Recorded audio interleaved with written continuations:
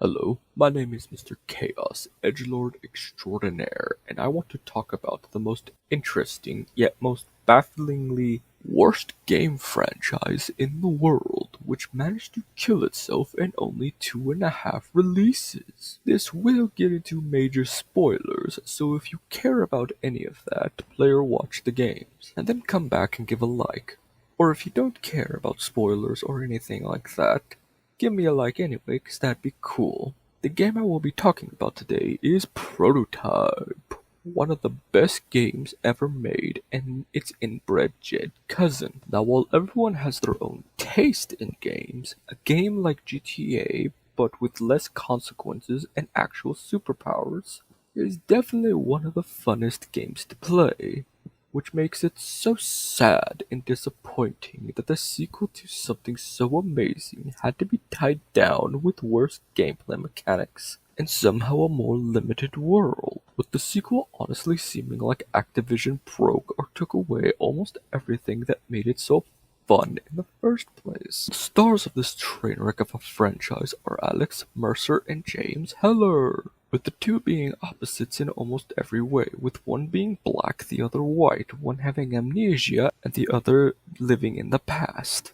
I must praise Prototype 2 for its stellar graphics, which isn't really saying much since its predecessor is older. The first true thing to note about James Heller is that the man is always pissed off about something, whether it be people, items, monsters, whatever. Like, I'm fairly certain he caused somebody to betray him purely because of how pissed he was at them. Something interesting to add to that is the fact that every cutscene in the game is in black and white, with the exception of being orange for anything to do with Alex Mercer, blue for Blackwatch, and red for James Heller himself because that's the color of his lantern core. Now, something that is one of the many things I don't like about this game, and possibly many others, is the fact that Alex Mercer, in between the first game and the second game, has become a new neo-Nazi, with him even building a superior race of other people like him. Besides the basic zombie viruses that you fight in the game, and all of Alex's new brethren, the first real monster you face is an old classic from the first game, the Hunters. And just like the first game, they give you the first superpower, which is the ability to have claws. The next monster is a ripe old British wanker who made his way across the aisle, possibly looking for some new spices, along with some fish and chips with a pint of Guinness to share with the lads. Surprisingly, though, is the fact that the British man doesn't give you the ability of having a shank, and instead the ability of a Dark Souls player, as he gives James Heller the ability to summon 2 shields, which you will probably be forgetting to use at some point in the game as long as you remember to use the abilities of Daffy Duck on cocaine. The next monster is every Japanese man's wet dream, as it is a giant tentacle creature that, while I don't really understand the appeal, my otaku tendencies and desires have started to awaken the second I got it, as with it I could make every single room look like Venom just found a Playboy magazine. And if you combine the abilities of Japan and the ability of the British, you become the next Butcher of Blaviken, with the final monster you face being the long-lost brother of the tank from Left 4 Dead, may he rest in peace. The power he gives James Heller is the ability of Thor himself, one of the abilities of Thunder not included. He gives you the ability of having giant hammer fist, which also get you stronger than you were before. Now, to get into what makes this game truly the worst of the two is the fact that the open world aspect feels smaller in comparison to the first, with every bit of side content you do being a 2-pump chump, as they only exist to further empower James Heller, severely limiting the replayability of the rest of the game. Now that I'm done with the sequel, let's start with the original and how it is better in every way other than the graphics. And before we even begin, I want to talk about my favorite thing the game adds, which is every single superpower having a unique animation.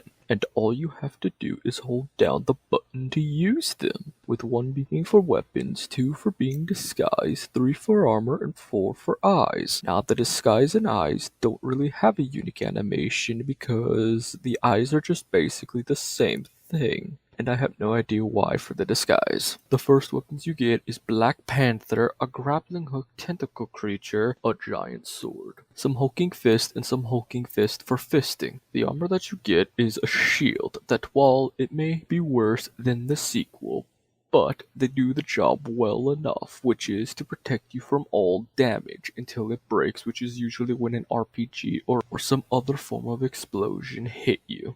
The other armor that you get is a literal suit of armor, which you get with the sword. The best feature, however, hands down, has to be the Web of Intrigue, as it tells you the rest of the story that doesn't involve Alex Mercer, like how some of the scientists think some of the Blackwatch troops and what happened in Hope, Idaho. The game only really has two boss fights, with one being Elizabeth Green becoming a giant poison ivy knockoff, which is only annoying because it tests your patience. The next interesting thing about the game has to be the open world events, such as the mini games you can do, such as speed racing, mass destruction, and fighting off waves of enemies. And that's not even the only thing you can do, because around the city there is LSD and Viagra just waiting for you to find it. One of the worst bosses that isn't a Dark Souls boss can be found in this very game, as the ultimate hunter is the real pain in the rear, as he not only tests your skill, but you also have to race against the clock before New York City gets nuked. And you will fail this challenge more than once, unless you of course remember to always be Speedy Gonzalez on cocaine. What really makes the ending of this franchise so sad is the fact that Activision Blizzard will never use it again. And if anyone wants to try to acquire this IP, they will fight tooth and nail just to use it like a coaster like all the others they've forgotten over the years. Which is sad, because in a game where you can turn Grandma Edna into a human rocket and send both her and a random soldier to see the pearly gates is interesting, along with the fact that you can turn a skater boy into a skateboard as you ride him all the way into a military base, and then proceed to destroy everything and only leave one survivor that you then accuse of being yourself and send in a tactical strike team on his ass, as you laugh like the Joker in the distance. But anyway, I hope you all enjoyed the video and continue watching train wrecks like this. And remember, I'm Lord of Edge, and this is the Chaos channel, coming to you only on Viva La Chaos. Dun dun dun dun.